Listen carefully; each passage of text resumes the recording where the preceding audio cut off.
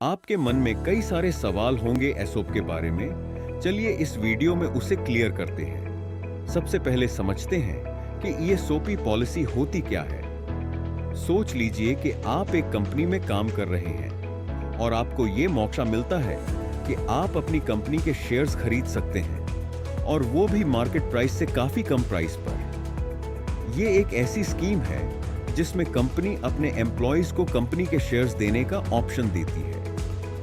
लेकिन ये शेयर्स आपको तुरंत नहीं मिलते, कुछ टाइम के बाद आप इन्हें खरीद सकते हैं। अब बात करते हैं कि ईएसओप से एम्प्लॉय और कंपनी को क्या फायदे होते हैं। एम्प्लॉय के लिए ये एक बहुत अच्छा फाइनेंशियल मौका होता है।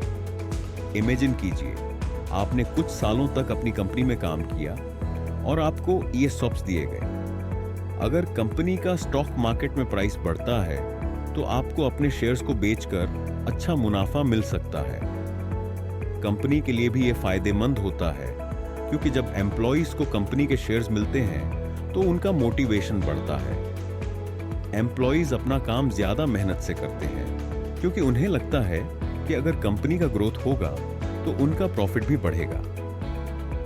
What are the eligibility criteria? अच्छा, ये बात हर कंपनी पर डिपेंड करती है। हर कंपनी के अपने रूल्स होते हैं। अक्सर ये पॉलिसी मिड लेवल से लेकर टॉप लेवल एम्प्लॉयज को ऑफर की जाती है, जैसे कि डायरेक्टर्स, वाइस प्रेसिडेंट्स या मैनेजर्स। कुछ कंपनियों में ये कंडीशन भी होती है कि एम्प्लॉय को कंपनी में कुछ सालों तक काम करना पड़ेगा, तभी वो ईएसओप्स के लिए एलिजिबल हो सकते हैं। ये पूरी तरह से कंपनी पर डिपेंड करता है। और एक बात ये नहीं है कि हर कंपनी इंडिया में ये बेनिफिट देती है, कुछ गिनी चुनी कंपनियां देती हैं। ईएसओप को समझने के लिए कुछ इंपॉर्टेंट टर्म्स को समझना जरूरी है। चलिए इन टर्म्स को आसान तरीके से समझते हैं। पहला है ग्रांट डेट। ये वो डेट होती है जब एम्प्लॉयर आपको ये ऑप्शन देता है कि आप भविष्य में कंपनी के शेयर्स खरीद सकते हैं। ये एक फॉर्मल एग्रीमेंट होता है। दूसरा है वेस्टिंग डेट। ये वो डेट होती है जब आपको अपने ईएसओपी को एक्सरसाइज करने का हक मिलता है, लेकिन आपको थोड़ा इंतजार करना पड़ता है।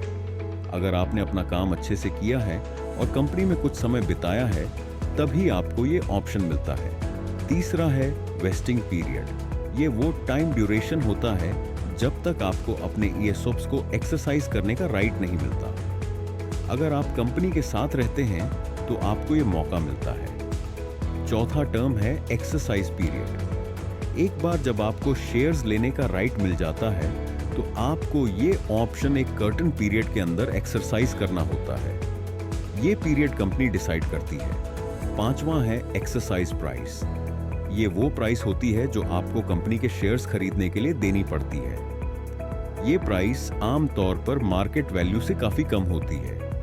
अब बात करते हैं कि ईसोप काम कैसे करता है। जब कंपनी आपको ईसोप ऑफर करती है तो वो आपको एक ग्रांट डेट देती है। उसके बाद आपको एक वेस्टिंग पीरियड का सामना करना पड़ता है। इस पीरियड के बाद आपको शेयर्स को खरीदने का ऑप्शन मिलता है।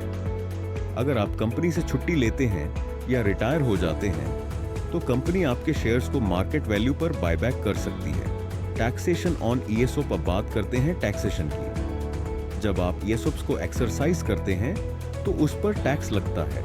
ये परक्विजिट के रूप में टैक्स होता है जो आपकी सैलरी के इनकम में ऐड किया जाता है। अगर आप ईएसओप्स को बेचते हैं तो आपको कैपिटल गेन्स टैक्स भी पे करना पड़ता है। अगर आप शेयर्स को शॉर्ट टर्म के लिए बेच रहे हैं तो short term capital gains tax लगता है, और अगर लॉन्ग टर्म में बेचते हैं तो long term capital gains tax.